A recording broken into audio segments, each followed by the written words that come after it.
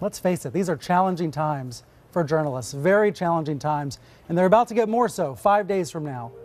Looking live here at the U.S. Capitol, preparations underway for President-elect Trump to take the oath of office, becoming our 45th president. Today, there's a brand new report in Esquire, a new report saying that Trump aides may want to evict the press corps. We have fresh reporting on that just coming in. We'll get to that in a few minutes. But let's look first at the bold truth-telling journalism that is happening. We all witnessed it this week when CNN reported that Intel chiefs, let's quote the headline here, Intel chiefs presented Trump with claims of Russian efforts to compromise him. These claims came partly from a former British intelligence agent's 35-page dossier. CNN did not print it or quote from it, but Buzzfeed did. The big news site Buzzfeed, even though this memo is full of unverified allegations, some of them known to be false. Was this a violation of journalistic ethics? Some media critics supported Buzzfeed, but many did not. So joining me now for an exclusive Sunday morning interview about this is Ben Smith, the editor-in-chief of the website. Ben, you made the call when this happened. Do you regret it now, a few days later? Do you have any regrets about publishing this entire document?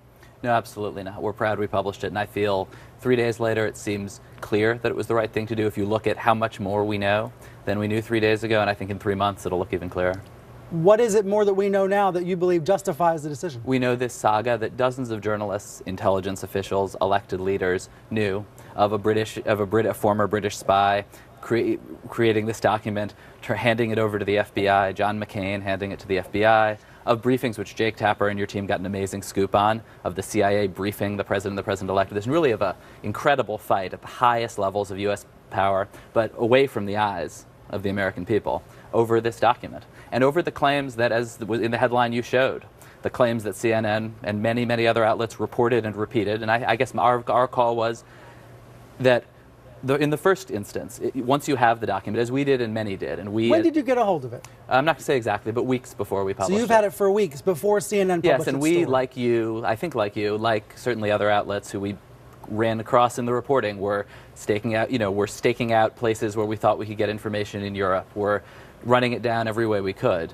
And at some point, as Harry Reid is sending a letter based on it, as government and powerful officials are taking little actions based on it, not just sort of seeing it, but acting based on it, I think there becomes an argument, should you print it? We were having that conversation internally. We had not, certainly, we're not close to doing that. But then I think when your great scoop puts not just the fact of a document, but claims attributed in your reporting to a source seen as credible, and specific summaries of the claims into public, I think everybody's obligation then is to say, well, here are the actual claims. We're not just going to summarize summaries of the claims, but CNN was very careful not to share those details. No, what do you mean? I saw in that headline. The headline is claims he was compromised by Russian intelligence. That is an incredibly explosive claim.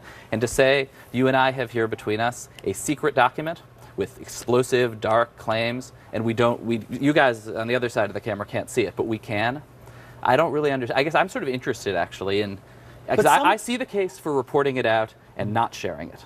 I see the case for saying, here are these claims, here is this document at the center of the fight, take a look. I think I actually don't see the case for the middle position. I realize you're not a spokesman for CNN. The middle position and I don't is mean to put journalism. No, the journalism that we were all doing was to try to verify the claims. Once you repeat them and put them out there, but to not share the underlying document. The actual claims were not put out there. The story that CNN published and the story the New York Times published said that this was a topic briefed to the president-elect, and that's what the news was. The headline that you just put up was claims that he was compromised by Russian intelligence.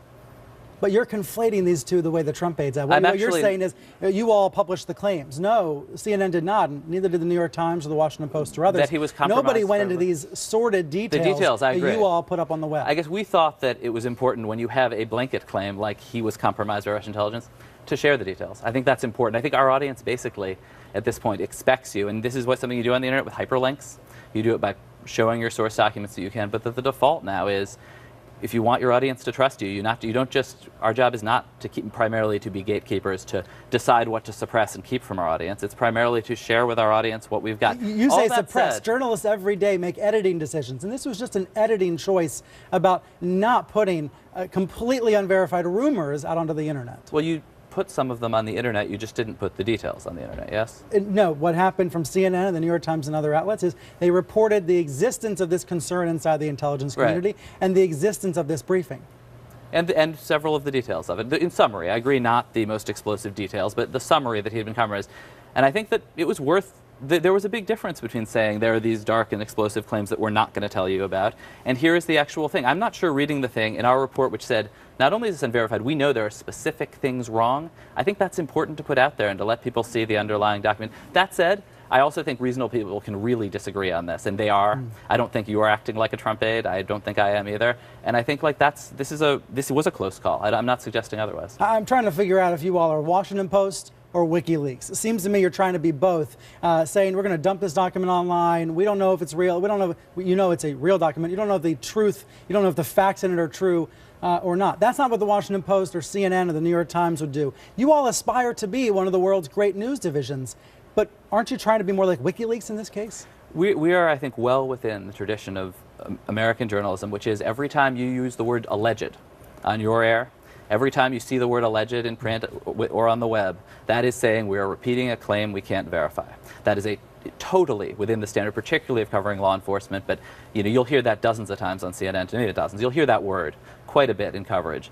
And I think from our perspective, if you are going to say that, your obligation then, if you've got the indictment, even if you think there's lots there that's false, in fact, if you can point to things that are false, if I can see it, if it's not going to scald my eyes out, I think it's a question to reasonably ask your audience. If I'm up here saying I have a secret document, I'm going to summarize for it, but I'm not sure I'm comfortable showing it to you because I'm not sure I can trust you with it.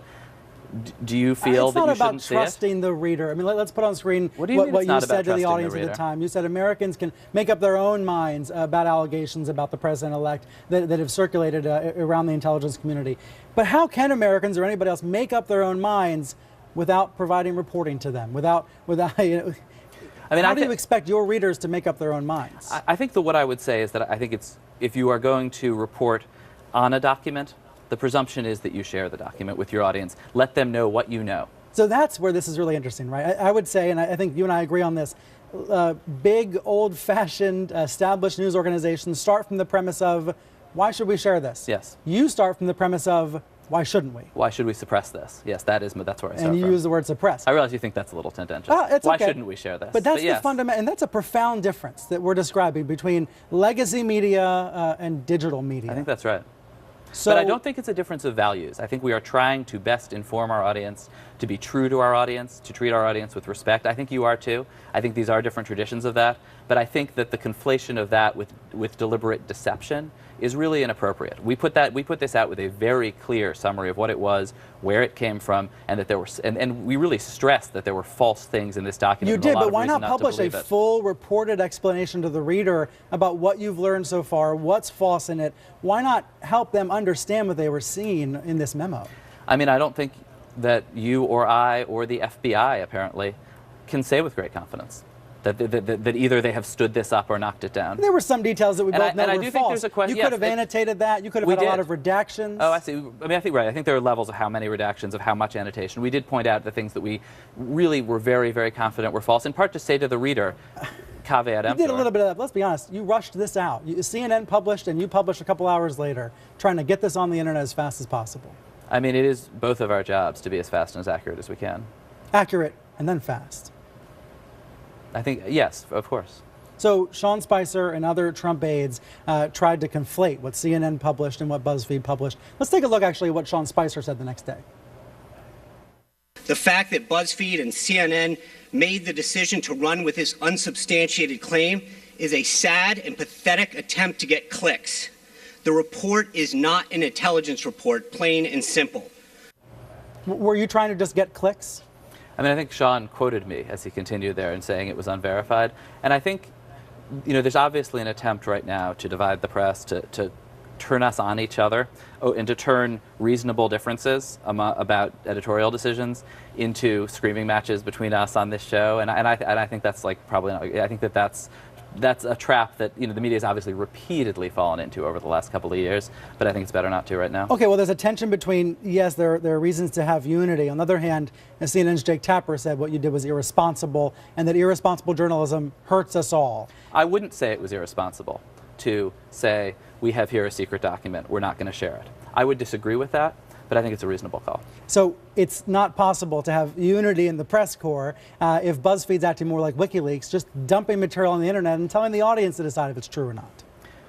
I think we reported a very important story about that was reporting, a development. You just publish. There's a difference between publishing and reporting. We just explained the origin of the document. We described the extent to which it was accurate and inaccurate, and we shared information that was by the way, that not just the head of the CIA, that dozens, if not hundreds, of journalists, intelligence officials, elected leaders were seeing and acting on. And I do think when you have a document in that kind of circulation among the country's elites at the center of an incredibly heated political battle, the argument for keeping it away from the American people has to be really, really strong. I'm glad we're talking about this, because I think for the audience at home, it's hopefully educational and and I think they should, and I would, if I were them, ask themselves, do I not want to see this? Do I not feel that I am responsible? Do I not feel that I can handle the notion that this document is not verified, that I can't trust the claims in it, but that it is this document at the center of this fight? Let me give you one more example to kind of frame this. In 2013, you wrote about a decision not to go with a story about allegations of prostitutes and a U.S. senator. This was a Democratic U.S. senator. You decided not to go with it specifically because it wasn't verified. Here's what you wrote at the time. Stanton, McKay, Coppins, and I felt more or less vindicated in making the traditional don't touch it call when the story appeared to fall apart, or at least got murkier in a way that stories based on the testimonies of anonymous prostitutes in foreign countries are vulnerable to. Now this 35-page memo also has lots of anonymous information, unverified information. What's the difference now? Is the difference that Donald Trump's a Republican? No, the main difference is CNN initially's great scoop that the President of the United States and the President-elect were being briefed on that document. Had this document, I think, I'm actually not going to mention the case because I don't want to get it wrong, but right. I'm pretty sure I know which U.S. Senator we're talking about here. Had that document been picked up by the FBI and briefed to the President of the United States, I think it would have been inappropriate of us to say, but we're not going to show it to you. Has anyone from And I guess conversely, you and I get email every day making outlandish charges against people and that are not widely circulated among the American elites. So the U.S. senators are not acting on. Senators, intelligence officials, and journalists all had this. Not just seeing it, but acting on it. People are making decisions based on it. Has anyone from Trump's transition team or the Trump organization threatened to sue BuzzFeed this week? I guess I'm not always sure that I can identify on Twitter who specifically works for Trump and his transition. You're saying you've received tweets from people threatening to sue? I've gotten tweets, many tweets this week. But no legal letter from any authority? No. I ask because there's been threats of suits in the past, but we haven't seen that from Trump this week. It's also a tradition that you don't report on lawsuit. I think now discarded American journalistic tradition of not reporting on lawsuit threats before they've been filed. But no, there haven't been any. Do you worry or do you care that publishing this sort of inoculated Donald Trump, that it conflated all these news outlets and allowed him to just dismiss it entirely by calling you a failing pile of garbage? I mean, I saw this, I really didn't understand this. I saw that evening and the next morning people saying, this was the moment after 2.5 years of really getting totally rolled by Donald Trump. And in many cases apologizing for coverage of Donald Trump, that this was the morning this was the morning the media was going to turn it around and really do a fantastic job and hold him to account, and had only BuzzFeed not published this. And I really do think that's a fantasy. What's the BuzzFeed model for covering Trump going forward? Because you wrote a really interesting memo last month to your staff saying practically every story now, it all comes back to Trump. All roads lead back to Trump. What's your strategy for covering Trump in the weeks and months ahead? First, I would say I don't think it all comes back to Trump. I think it all comes back to a broader, we're a global organization with reporters all over the place in the UK and France. And I think it comes back to this broader kind of rise of global nationalism. And that's sort of the story that I feel like is at the center of things. But really, I think I'm really proud of how we covered him all through the campaign, which is we were fair, we were tough, we didn't, and I think we never engaged in the kind of fantasy of the Trump pivot, that he was somebody other than he was going to be.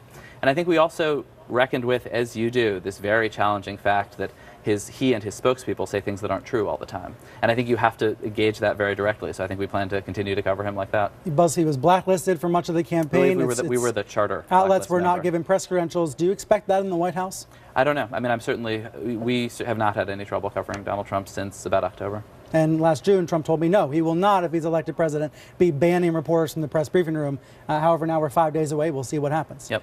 Ben, good to see you. Thank you. Good to see you. Thanks, Brian. Coming up next here on the program, an all-star panel of media observers and decision makers standing by with their thoughts on BuzzFeed's decision. And later in the hour, Fox News and its biggest star, Bill O'Reilly, now in the news. Fox quietly settling sexual harassment claims against him.